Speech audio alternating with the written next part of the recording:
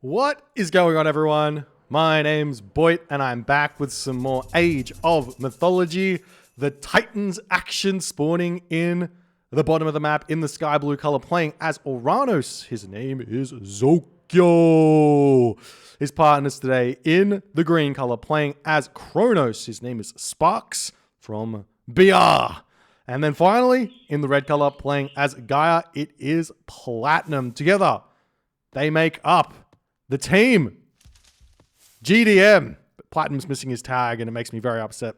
I missed that one. Bugger. Oh well. On the other side of the map, in the purple color, playing as Hades, his name is Mateo. In the yellow color, playing as Zeus, his name is Ninhyo. And then finally, in the blue color, playing as Kronos, his name is Tudison.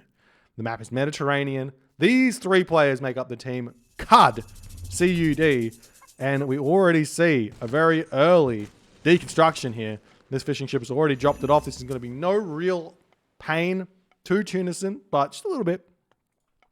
Anyways, none of that nonsense. Let's talk about what's going on here as the second deconstruction does come down on this position, and you can see Sparks here eating a pig right next to the shore, realizing exactly what's going to happen here.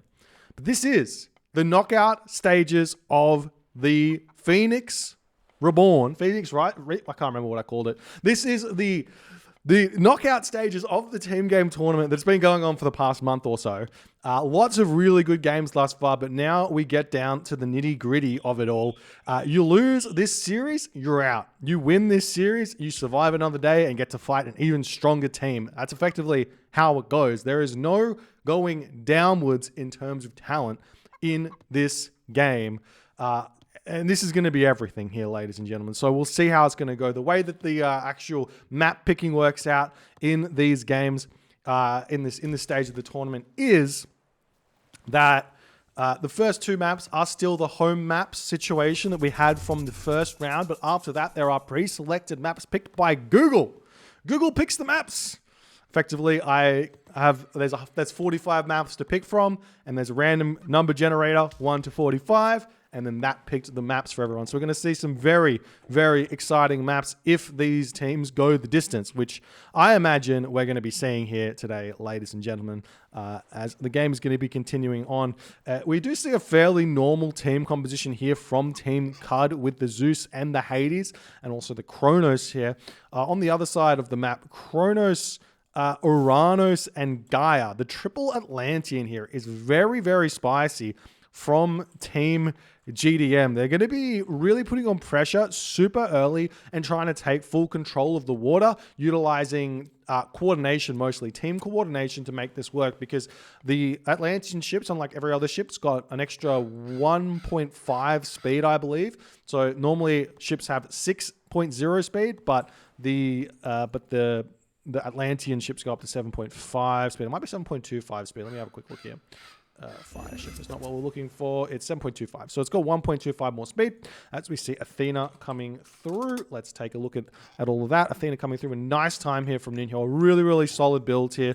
Generally speaking, you want to go for about 9 fishing ship in the archaic age. You see 10 from Ninhyo and a 4:30 advance time. That seems to be fairly standard here for everyone, as we see Tunison here looking like he's going for his own 4:30, a little bit delayed. And finally, on first Sparks, also doing relatively exactly the same. You can see the advance times very, very similar here for everyone. Going for the ridiculously fast advance times here on Mediterranean, which Atlantean players sometimes do, has really not worked out too well for the Atlantean players. As we do see a dock coming up here for Zokyo as well. Lots of fishing ships out right now for Platinum. That's a ton. He's got 12 fishing ships. This might be too many. Now, you do have to remember that Gaia does get 5 wood reduction in the fishing ships, but she should be probably using that to get more actual archer ships out here. As one thing that is also going to be potentially a bit of a problem here for our Gaia player is going to be the Jason walking in here, the Odysseus walking in here from Mateo in the, or not Jason, not Odysseus, but Ajax and Chiron even can just walk in here and just cause some problems. And we do see Platinum already reacting to that, dropping a military barracks down immediately as his Bareem starting to move out across the map. Going to be greeting Mateo's triremes. Both players wanting to get aggressive right off the bat. Now, Platinum does have the advantage here with that Servant, but he's deciding to retreat away from this one, taking a little bit more arrow fire as he's going to get away from there. No problems. Meanwhile, the doubling onto Tunison has begun here as the Bream going to start putting some big pressure on to this location over here. As these trireme over here doing some nice micro, making sure they get as many shots off as they possibly can. As we do see a Carnivora getting dropped over here. This Servant doing a lot of damage there to that trireme. We'll be able to pick that one off there, it seems. As nice marker there from Platinum, pulling Mateo back into this position here. Mateo getting a little bit out of sorts here. These fishing ships might start going down, though, as they are relatively out of position. Mateo going to be retreating away just a little bit as Deconstruction getting dropped down onto that location there. Promethean out and about looking to prevent more docks from coming up here. We'll see if this is going to work or not for Sparks, as the Villager coming over here. The trireme are already on this location as this pressure is mounting over here. We are seeing now Tunison trying to push in and finding a little bit of damage onto the land here. And has got his Jason out already with his Minotaur over here, as the boat's still pushing in over here. We see the Citizen getting pushed back here by these Promethean offspring. They do have the 6.05 speed, and we see Tunison manages to keep his Villager alive over here as the army pushing in onto this position. We do see Sparks trying to defend as best as he can, but he's not actually fighting here. He's retreating back. The town center will start helping out, but the villagers had to move onto a different location here, as the Promethean doing tons of damage over here, but they are going to start getting picked off by the town center and have to retreat back. Meanwhile, the pressure from Mateo is still mounting over here, but he's continuously retreating back. It's still relatively close here. Gaia definitely can get out a few more ships than every other Atlantean player because of those Gaia forests, but Platinum, he needs to marker this a little bit better, not throw away those ships, as he's going to be retreating back here. We are seeing now that GDM is pushing back in onto Tunison and CUD, as we do see Restoration getting dropped down onto this position. We'll be able to help relieve some pressure for the time being, as Sparks is going to be pulling back. Zokyo pulling back with the miscommunication here, as Sparks doesn't pull back far enough. He's going to lose tons of Bareem here, as Zokyo is out, and he's not... and Sparks loses everything here. This is absolute disaster for Sparks as he's pulling it back now. He's almost out of units completely. Meanwhile, we are seeing the attack still coming through onto this position, but this is Ninho over here, actually. So Ninho doing so much damage onto this position over here, as we also see Restoration coming down. The Carnivora gets dropped down. That's going to pick off a trireme definitely here. We'll see if this is going to really work or not, but this is such crazy amounts of pressure onto Sparks right now. He's almost losing a Citizen. He will get to safety. It doesn't get to safety there, as the Minotaur manages to take that one down. The Jason doing some good damage here to continue, as Zokyo attempting to help defend this position. Meanwhile, the Archer ship's coming in onto this position. We see the Trireme coming through here as well. We've got tons of boats here for Team CUD as they're trying to push in onto this position. We see GDM retreating away, but it does look like Platinum is pulling ahead just a little bit, but he's getting too far out of position. He needs to pull back just a little bit here and sort everything else out, as the defense is still attempting to be mounted here by GDM, but it looks like Ninho and Tunison too far ahead now after that good pressure that was exerted there onto Sparks' economy, as we see another dock coming down for Sparks. And the ships here trying to push through, and they're doing a really, really good job of it. We do have the two docks here helping defend for Sparks, but at this point, Sparks' only option is to, if he wants to continue on water, is to be garrisoning boats into the docks. But it looks like boat production has been stopped for the time being here by Sparks, as Zokyo going to be retreating away, and now effectively GDM needs to start booming or needs to start finding some real nice pressure to be put on, as we do see some cheeky Promethean offsprings coming in for Sparks. They're going to be able to hit these Tunison citizens if he's actually paying attention. It looks like he's not, as Tunison's going to be getting himself seen in, and there we go. The Promethean do spot the villagers. This town center coming up now for Tunison. He's going to try and get that one up as fast as he possibly can. We see a town center coming down for Sparks as well. A town center coming down for Zokyo. He gets that one up first. No town center for Platinum just yet. He's still producing Bareems here. This team communication is not going 100% according to plan here, I think. Actually, this is more of a just grab a talent center and then continue to produce boats here from GDM. We'll see if this is going to work, as Platinum feels like he's still got a decent chance here to take out or to get an advantage over Mateo. But it looks like Ninho is coming in here to assist right now. We've got 15 Bareem to what looks like more than 15 triremes. So Mateo has to pull back for the time being, sit underneath his docks for a little bit longer here. We see second town center up for Ninho. He's actually going for a third town center behind this as well. So he's going to have a ton of economy to play with. Now the question for CUD is where to next. One really, really strong play that I don't see enough of from team games here is one Greek player going for an early-ish heroic age, while the other Greek player, especially the 3 town center Greek player, goes for military academies and spams a ton of hoplites. And this is normally when you have a Hades and a Zeus on your team. The Zeus player can go for tons of hoplites, and the Hades player can go for an early Underworld to put some really, really good pressure on very, very early in the game. Like, imagine instead of advancing here, you saw like 4 military academies, and instead of continuing this fight here, we saw a kind of heroic age of some variety here from Mateo. But beggars can't be choosers. We do see Ninho going up through to the heroic age to Apollo, so he will have his own underworld. And you can also just do this through the mythic age as well. Completely going to work as well, as we do see Tunison now pulling back as the archer ships seemingly have pushed in, and they are looking like they're going to be winning this water back from what seemed like they'd lost the water here, as Sparks pushing it onto this position now. He's got tons of Oracle heroes here. What is he doing? These are not extended edition oracles. They have 8.4 damage per second compared to the Mermillo, who have 8.0 damage per second. So technically they're a little bit stronger than those Mermillo, but once the Mermillo get those upgrades going, it's not going to be that easy to use them, as the oracle's going to be retreating back here. This town center is going to be very difficult to get grabbed here, as Sparks is now onto his balls over here. He's grabbed himself a economic guild, getting every single one of his upgrades all at once here, as it looks like Zokyo getting his second town center. The Gaia player, Platinum here, getting his third town center. Mateo's still only on 1 town center, though. I'm not sure exactly what his plan is here. He doesn't seem like he's got many units out. He's got his armory out, but that's about it here. As we do have a scout in for Mateo. He's going to be looking for some sort of an underworld here. Do we see any military buildings down?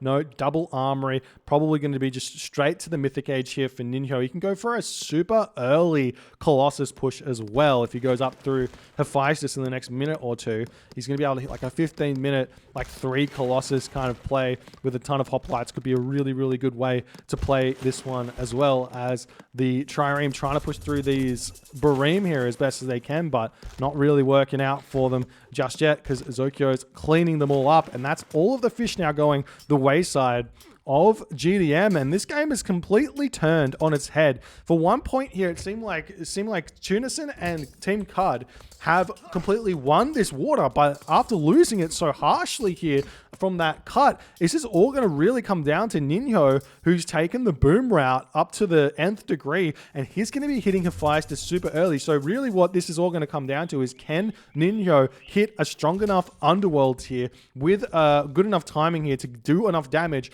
that it makes it worthwhile to have cut that water off like he did, because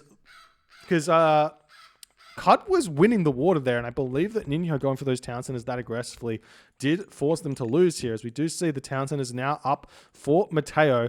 He is a little bit behind Platinum here, it would seem. And Platinum, the Gaia player here, he's going to be having tons of economy. I imagine he's got a ton of economic upgrades already. Look at that. He's already got Quarry. He's got Hand Axe. He's probably only got himself Persine here, but he's going to be getting himself that Salt Amphora very, very shortly here as well, as the docks are all going to get taken down. The big problem here that GDM has to overcome, not that big of a problem, but a problem nonetheless, is grabbing this town center as soon as they possibly can. The reason is because if he doesn't, then this timing is going to be hitting, and there's not going to be enough population to defend anything. Now, we are seeing Hyperion come through for Sparks, which is really, really smart. Hyperion here is going to be a huge defensive god power here against against Colossus, effectively, as Ninho has chosen to go for the kind of delayed route here. We'll see if he's making... He is going for the Colossus, so Hyperion is going to help out a ton. It's going to at least convert one Colossus here, because I don't see any other myth units, though. Where's the Manticore? It must be dead or somewhere else, but there's no Manticore on this position. We are seeing the Donkey Caravans starting to do a trade route. It's a bit of a strange one. It might actually be correct, though, going from this corner right up to here. Nonetheless, Hephaestus is in, and things are looking very, very scary now for Team GDM to deal with that huge Ninho Zeus that is coming. Huge shockwave coming down. They're going to be preventing that retreat there as the walls trying to come up over here. He's going to have to create a gate here or something to try and finish off these walls as fast as he can. We see the units retreating over here, looking for a different way through as the Citizen pulling back. And this is going to be some dead walls, but look at this. These units are coming out so slowly here for Ninho. This timing is it's fast, but it's slow at the same time. I don't know exactly what that means, but that's what it means. It's fast, but it's slow at the same time. There is this Katoskopos just sitting here, and Ninho decides time to go now. Quick, you have to click the what's it called? You have to click the Hyperion Chaos onto this as soon as you possibly can to make that Colossus hit the underworld, but too little too late there from Team GDM, as this Town Center is going to start getting torn down, and GDM is completely out of position here. This Ninho underworld is going to do so much damage. We even see a Bellerophon in here, the hoplites coming through. I imagine heavy infantry is going to come through very, very quickly here. Ninho's got tons of upgrades, tons of technology, tons of resources here. As you do see, the Chaos does get dropped down onto this one Colossus. The Town Center does get picked off over here. And now, I mean, the question is really going to be, can Mateo hold on here or not? Because Platinum has got a slight advantage in this matchup. He's up by 600 score. He's got the food. He's got the fishing ships. He's got everything he needs to make some real good pressure happen over here. But will he be able to make it work or not? As a Colossus now going to move over here, take down the other Sparks Town Center. We do see the Palace coming up onto this position. Ninho are going to be taking this opportunity to grab this Town Center, going up to 4 Town Centers here. We do see that the Colossus going after this one. We see Hecate coming through on this location. It's going to be really, really important for Hecate to come through, but it doesn't look like it's going to... Well, with the villagers repairing this one back up, Masons or Fortified Town Centers coming in. He's actually got Architects here. We're going to be seeing this Colossus getting taken down fast enough. It looks like Hecate is going to come through. And what's so important about Hecate, you ask? Well, the most important thing is those Lampedes to deal with the Silver Colossus here.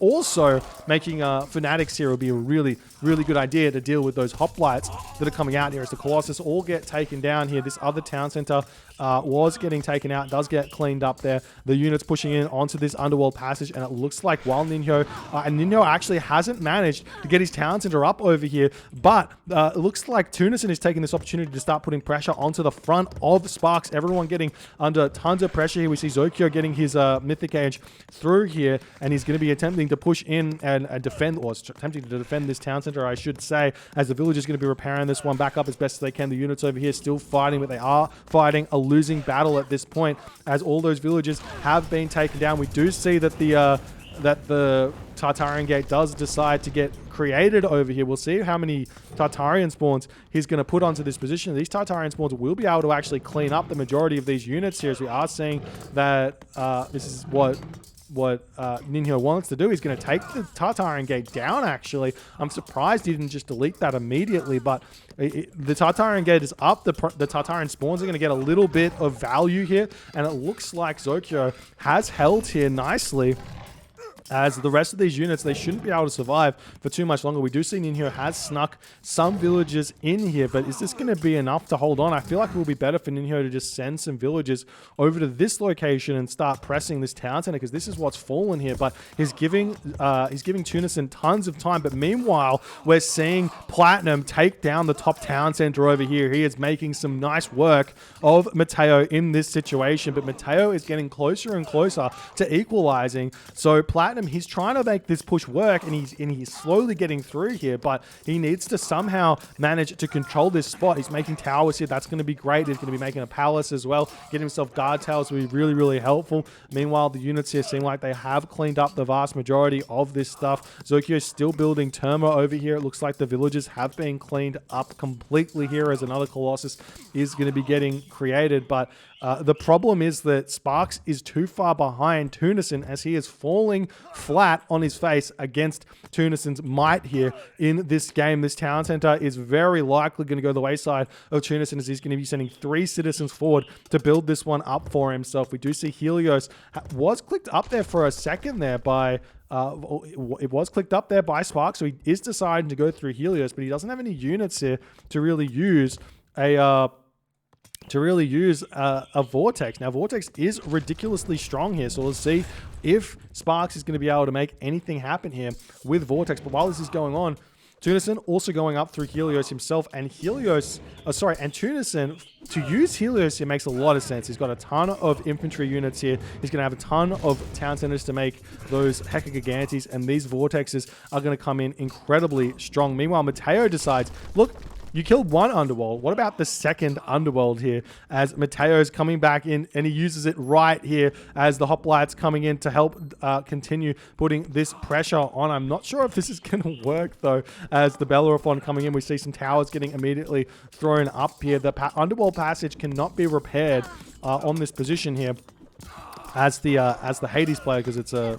Oh, as the Zeus player, because it's a Hades. As we do see Tunison now saying, well, time to come in here and support my partner, coming in with a huge Vortex to attack this location. I actually probably would have liked to have seen the Chaos continuing rather than coordinating forces on the same area, but this obviously is a good idea. I would have liked to see maybe a Vortex over onto Platinum or something to relieve some pressure for Mateo, but Mateo was defending nicely. He's got his towers up here beautifully. Do we see a Mythic Age through just yet for Platinum? I don't think we've seen the Mythic Age just yet for our Gaia player here. I think he's still in the Heroic Age. That's what it looks like, yep. So he does not have access to Fire Siphon, which he needs to break through these Hades buildings. We see a Fortress coming up over here as well, and we'll see what Platinum's going to do if he can manage to make this work. Meanwhile, Ninjo gets himself this temple up on this position. The palace is going to get taken down, and it looks to me like Sparks and Zokyo are falling on this position way faster than Mateo is